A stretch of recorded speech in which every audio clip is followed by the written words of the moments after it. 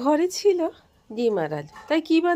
কী বানাবো একঘেয়ে সেই ভাত, ডিমের ঝোল, ডিম ভাজা, এই না বানিয়ে ফেললাম আজকে এটাই রেসিপিটা। ডিমগুলোকে সিদ্ধ করে নিয়ে ভালো করে তেলেতে আলুর সঙ্গে ভেজে নিচ্ছি এবং ভেজে নেওয়ার পর একটা একে তুলে নিয়ে ভালো করে ভেজে নেওয়ার পর একে তুলে নিয়ে এবং ওই তেলেতেই আমি দিয়ে দিলাম গোটা জিরে, কেটে রাখা পেঁয়াজ এবং তার সঙ্গে তেজপাতা, এবং আমি টমেটো, পেঁয়াজ, রসুন বেশি করে পেস্ট করে রেখে দিয়েছিলাম, ওতে নুন,